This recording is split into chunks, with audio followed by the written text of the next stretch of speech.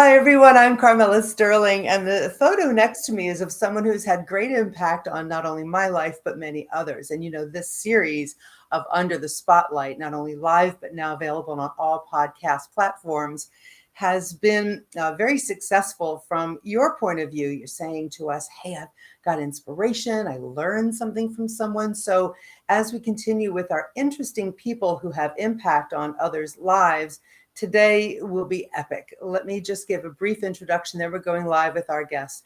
This is Dave Gibson. He's a pastor, executive, the senior pastor of missions and evangelism at Grace Church and globally.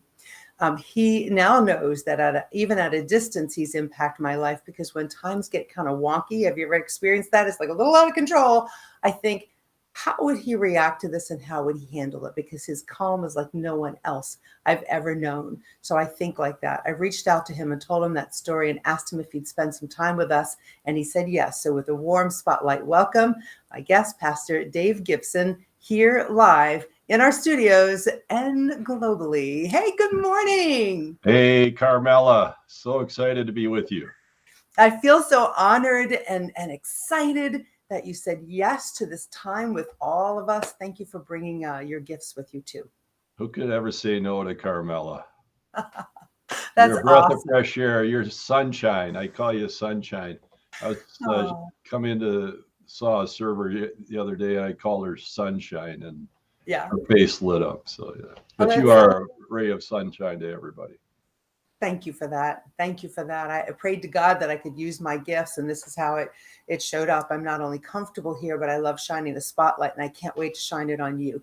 You have a propension for the sports world, and we see you rubbing elbows with, famous football players and, legacy, and just not only football, but other sports. And we want to go there first, Dave. How did you land in this mission field, the world of sports?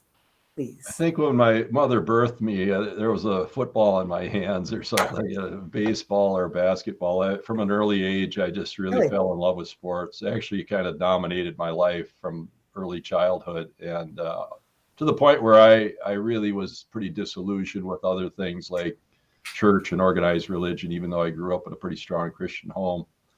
I would say really the idol or the God of my life for growing up was sports. God blessed me with a level of success. I was able to, as a high school athlete, play a little bit in the college level too, but captain in all three of my sports, grew up in North St. Paul, and became the most valuable athlete in my high school, a co-athlete of the year with a good buddy of mine. But so it was football. I love sports. I love sports. You just love sports in general. Peter, let's show everyone a couple of pictures here of Dave now. So you played sports as a kid, and now you're hanging out with, it's Kirk Cousins. And who's the gentleman to Kirk's right? That's Mark Mullaney, number one draft pick for the Vikings years back, number 77. He was played 13 years with the Vikings. Wow. I think he was in a couple of Super Bowls. And Kirk, we were out there at a Legends lunch, and Mark's one of the legends. I'm obviously not one, but he invited me as a guest, and we were hanging out with Kirk and Adam Thielen a little bit, and some of the players, and met some other players and interacted with them. So yeah, I actually get a chance to do some chapels for the Vikings too each year. I'll do one or two chapels for the players before the games. And what's happening in that world? Like when we were all praying for DeMar, seems like something changed. Can we get your perspective a little bit on, prayer in the sports world? Because I would love to hear your perspective. That was a pivotal moment for many of us, believers and non, right? We're praying for someone who needed us. Yeah.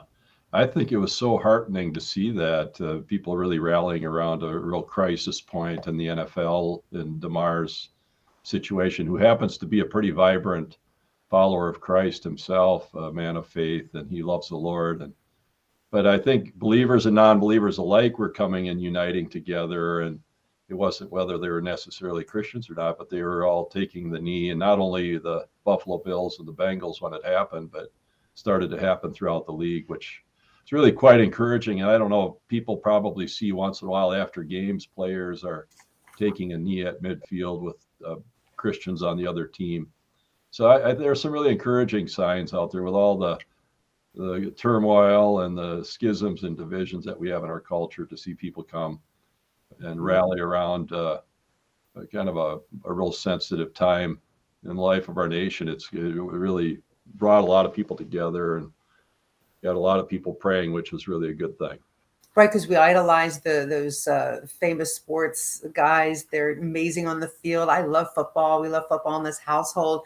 And then to have their inspiration of how deep they are in their faith, it's an eye opener, really. Right, right. So from that, my question is, how do we really get there? Is it just for people who are in the spotlight? Is it just for people who are weaker in need? Like, as a pastor of how many years now? How many years has it been? 34 years. I worked with the Fellowship of Christian Athletes before that for 10 years. So I was a state director here in Minnesota. And Wow. that's kind of where I got a heart for sports ministry. And I kept that oar in the water for a lot of years. Even my time here at Grace, we've done this event called Arise with the Guys. We'll have 4,000 to 5,000 men that will come each year. And Tony Dungy has been our host for the last 9 years. He's coming again this year, and we've got Benjamin Watson and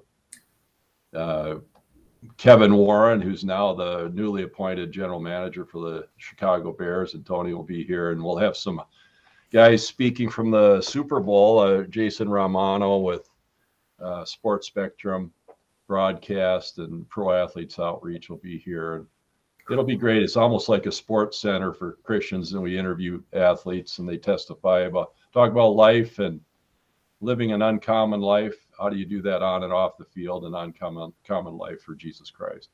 That piece right there. Right. How do we do that on and off the field? We'll go there. But first, the date is April 15th this year. Tickets are on sale now. Peter's put up a link so that you can go. Do I have to belong to the church to go, or do I have to be of a certain ilk to go to this? Is this just for all men? No, you've got to give a lot of money to the church, and you've got to be baptized. And no,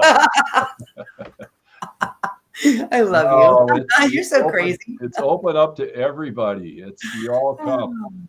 I just See, came back from a Super Bowl breakfast down in Arizona, oh yeah? and I was flying on an airplane on the way down from Minneapolis to Phoenix, sitting next to a gal. I was talking to her about the Lord. She said her husband is battling alcohol and coke addiction, but he loves the Minnesota Vikings. And I said, well, would he be interested in coming? And they both came to the breakfast, and it was just amazing. And we're staying in touch, and sports is such a great avenue to a nice platform in a sports crazed culture. People are often very open to you when you have a platform like that, and they might not come and hear a preacher, but they'll come and hear Tony Dungy or someone like that, or Kirk Cousins. But it completely makes sense, right? Those are people that we love. It's cool. They're cool. What you're doing is cool. So yeah, I want to hear from like you're saying, sports, from the sports arena. And we're seeing more and more and more of that. And I love that people are open. That's what you, Dave, Pastor Dave, does that I've seen over the years. You're just you share what you have, and you let people make the decision, and you bring them in at their level of comfort. And I think Arise with the Guys, I know the boys in our family have gone. They just absolutely love it. It's what, $10, $20 to get in and have this day filled with like motivation like to your soul. It's just it's amazing. So that caveat of, I don't have to be of a certain whatever. I can have my ears pierced or hair dyed or whatever. I can come Totally. and be a part, right? You have a way of, I'm just going to say it, like, he's making me so comfortable. And I think this topic can be uncomfortable. You don't have to do anything special or look a certain way or act a certain way to be a follower. A lot of times people think, and I was there, a long time ago, do I have to be of a certain personality or have this certain lifestyle? Like, scary. I don't know if I can do that. Talk with us a little bit about that, please. I run into people all the time. I can really relate to people who say they're disillusioned with church, organized religion, and sometimes they've had some bad experiences and I like to tell people, you and Jesus have a lot in common. And they seem inquisitive or puzzled when I make that comment. I said, he was pretty disillusioned with the religious leaders of the day. In fact, he called them a brood of vipers and a bunch of snakes. And even dead men's bones, whitened sepulchres. But his closest followers were just common, ordinary people, tax collectors, farmers, fishermen, people just like you and me. And in fact, in the scriptures, it says that Jesus, he was being accused of being a drunkard, which he wasn't, drunkard and a glutton and a friend of sinners. And that, when I started getting my eyes off of sometimes you see some hypocrisy in the church and things that you tend to stumble over. And I'm a part of the church, so I love the church. It's the bride of Christ. So I'm not trying to criticize the church, but it's really about Jesus. And he was, when I started looking at Jesus, and his life was so compelling. And he caused lame people to walk, blind people to see, raised dead people back to life. I was just talking to Rashid, my Uber driver, 2 days ago from Somalia. And we were just talking about who is Jesus and what he can mean to us and how he radically transformed my life. And so I was able to get to know his story a little bit, shared my story. So I do that all around the world. I try to, that's a little shot of us over in Ethiopia. We had about 800 young emerging church planters there, and we're training and discipling them. And so I just love it. I love people and building those little redemptive bridges. Try to build a bridge from my heart to other people's hearts. Take us, where are we here? Yes, Peter, I agree with that picture. Where are we here? Is it Okay, Vietnam? we're in Addis Ababa, Ethiopia, just outside of Addis. We did a conference with 1,700 Christian leaders from all around the country, and then we went out and did a church planter training. We had about 800 church planters there. Bakali Shanko from Crew, he's a Global Church Movement's a senior vice president with Campus Crusade. He and I were there. We both spoke, and they were actually dancing. We got a video of us dancing there, and I'm a little rhythmically challenged. No, I saw the video. It won't play on this broadcast. And then the other one was in Vietnam, and we just got back from there too. Yes. So I was in Zimbabwe, Dubai, Nepal, all in the last 3 months, Zimbabwe, and then Vietnam and Iraq and Jordan in the Middle East. So I've been bouncing all over the world. Okay, Pete, any of those travel pictures all those pictures, Peter, whatever you can put up there. I went back to your timeline on Facebook because I thought maybe I had seen it wrong. I'm like, has he actually traveled these far off distant lands in this year? It's been in the last few months. I see that you have pictures from as far away as Ireland and Africa, and you're in Asia, and you're how do you do that? Like, maybe have a bag already packed and ready to go, but that's not easy travel. Yeah, it's I get a little jet lagged out, But we were in Vietnam. We've had a work there. We've been going there every year since 1994.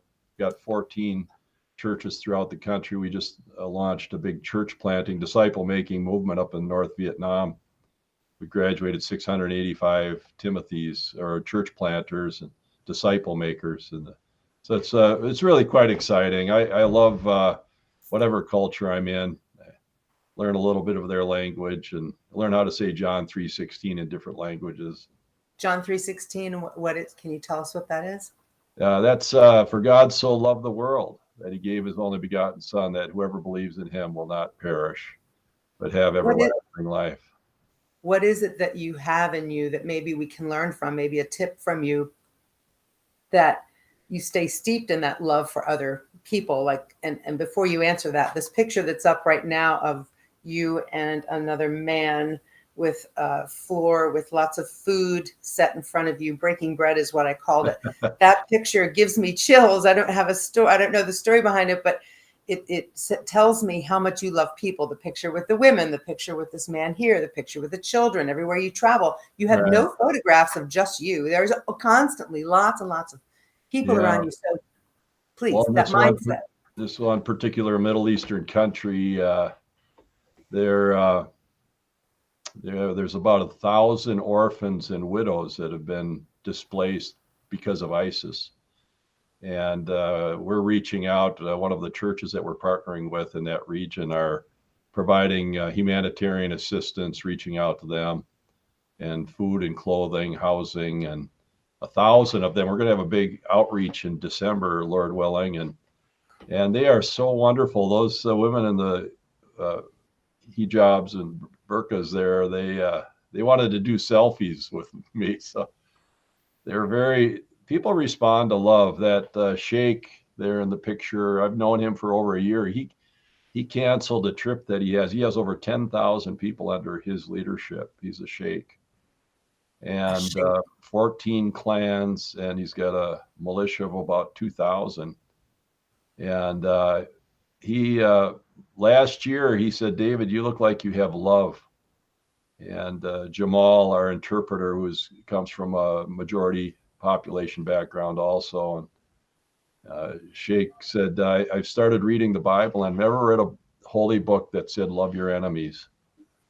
And so beautiful. And I was sharing about the fruit of the Spirit: love, joy, peace, patience, kindness, goodness, gentleness, faithfulness, self-control. And he says, is that in the Bible? And I said, yeah. He says, that's so beautiful. And I shared the love chapter with him. And he and I are going through a little Discovery Bible study via Zoom once a month. We're taking one fruit of the Spirit each month: love in January, joy in February, peace, patience. And I said, Sheikh, we can't manufacture that. That's something that God produces in our lives when he sheds his love abroad in our hearts through the Holy Spirit. And that's why we have to be born of God's Spirit. We come into relationship with him through Jesus Christ. So we're really having an amazing time there. He rolled out the red carpet to us, and he's got 2 wives and 15 kids. He said, David, I want to come to the United States and get another wife. And I said, not going to happen, Sheikh. But Oh my God. he's become a friend. See this, Yeah. right? This is everything, right? Tell me briefly, what is a shake? You keep saying shake. What does that identify? What does that mean? He would be a community and political and religious leader at a high level. You've got sheikhs and you have imams. An imam would be like a But pastor in a local community mosque. oh, And but in a different religion, not yeah, in it's Islamic. Yeah, Islamic. right. He's a Muslim leader, and Okay. it's just beautiful. We had lunch with 11 imams and a sheikh. It wasn't Sheikh Mahmoud, and they just wanted to know that they aren't. They wanted us to know that they weren't all militant. They aren't wanting to say death to America. I mean, it was just beautiful, and we started out the engagement. We spent about 3 hours together with these 11 imams and a sheikh, and we were hugging each other at the end, and we just it's amazing. We definitely have different worldviews and belief systems, but the Lord gives us so much love in our hearts for people from every tribe, every tongue, every people, every nation. Can you give us some guidance or advice on how to stay steeped in that? What is maybe the one scripture you go to, or your favorite, or you share the most, or what is the mindset tip that helps you not judge and to love the enemy and to love those, to just love, you just love everybody. Like, I see you, I've seen you, we've heard you on the phone, we've seen you in person, we've heard you preach, and now this experience, I mean, help us all to just understand, what can we do, what steps can we take to just be in that state of love. Well, Matthew chapter 9, when Jesus is getting ready to send out his disciples, verses 35 to 38, it says he saw the multitudes. And I think, first of all, we've got to see as Jesus sees, see through his eyes, see through the lenses of his perspective. And what happened when he saw the multitudes, it says he was moved with compassion. And we need to feel as Jesus feels, see as Jesus sees, feel as he feels. He says the harvest is plentiful. Nothing wrong with the harvest. It's plentiful. It's the workers that are few. And he says, pray to the Lord of the harvest to send forth laborers. And so we need to pray as Jesus prayed for people, and then do as Jesus did, to be the hands and the feet of Jesus. It says he went through all the towns and villages, teaching in the synagogues, preaching the good news of the kingdom, and healing every kind of disease and sickness. He met people at their point of need, physical need, emotional needs, spiritual needs. And Jesus was the master need provider. And just living a Jesus lifestyle and saying, Lord, could I see as you see, and feel for people as you feel? And he so loved the world. And I think love just really breaks down a lot of barriers. And that's why I say the greatest truth known to mankind, greatest love story ever told. John 3:16, for God so loved the world, gave his only begotten son, that whoever believes in him will not perish, but have eternal life. I was saying it in Africa here this past year in Swahili. It's kwa maana jinsi hii Mungu aliyapenda ulimwengu hata kumtoa mwanawe wa pekee ili kila amwaminie asipotee bali na uzima wa milele. I'm trying to learn it in 10 languages so I can, when I'm over there, I could share it. That's beautiful.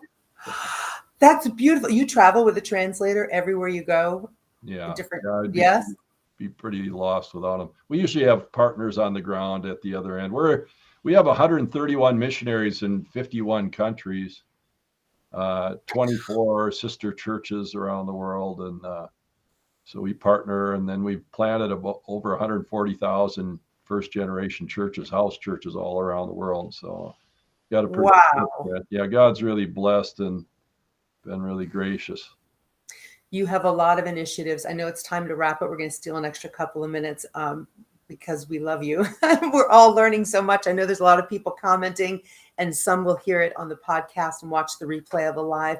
But you are a shining example of letting God use you as a vessel to love, to not judge, to welcome people in. You're a walking example for so many of us. Do you have any inspirations? I know Jesus is probably your number one inspiration, but any other inspirations along the way? Was there someone in your life that changed your life, that sent you down this direction? Well, the guy who led me to Christ, Mike Kokoris, and Ron Hess was a state director for the Fellowship of Christian Athletes, picked me up hitchhiking when I was kind of a struggling young athlete in college, and challenged me and said, are you going to make your life count for Christ? Really a huge impact on me. He led my wife, Wendy, who is my greatest inspiration next to Christ. My wife, I call her my righteous fox. She's amazing. And 37 years, and she puts up with me. But Ron led her to the Lord and did our wedding. And so those are some people that my folks obviously had a big impact on my life too. But my wife, Wendy, she's my number one cheerleader. She was a cheerleader at the University of Minnesota. Oh, really? I saw her jumping up and down on the sidelines, and all my thoughts weren't totally spiritual when I saw her. And but she loved Jesus more than she loved me, and I love Jesus too. The Lord brought us together and provided us with 5 kids, 10 grandkids. Wow, 10 grandkids. That's amazing. You have a beautiful family. Look at them all right there. See, you're funny. You're just a typical guy in some arenas, and you are the example of how we all can just be better, loving humans while we're on the planet. Pastor Dave, we love you. Peter loves you. PJ loves you. We thank you so much. Everybody watching, love to hear what your aha moments were, what you've gleaned today, and to connect with Pastor Dave. Best way to connect with you, maybe just Arise with the Guys, or how else, Dave? Email? Grace.church is our website, just grace.church, and I'm in the missions area. They could drop me a note, or Arise with the Guys. Love to see a bunch of men come on out. We'll get 4,000 to 5,000 men come out, so get some tickets. Awesome. No women allowed. No girls allowed that day, huh? Yeah, some sneak in once in a while. So. You are the best. God bless you in your travels. Love to Wendy and the family. Thank you so much for gifting your time, your experience, and kind of eye-opening conversation with you today. Thank you so much. Thank you, Carmela. God bless you. Appreciate you so much. Thank you for that. Appreciate that. Ladies and gentlemen, thanks for the warm welcome to our guests. You'll be able to see this live on YouTube, Continuum here on Facebook, and of course on all podcast platforms. I can't believe what just transpired to hear from a man who walks the walk, and he's just a great guy, right? And we all want to just be better. And he gave us some ways to just be steeped in love. And that's really what it's all about. Look forward to seeing you next time here under the spotlight.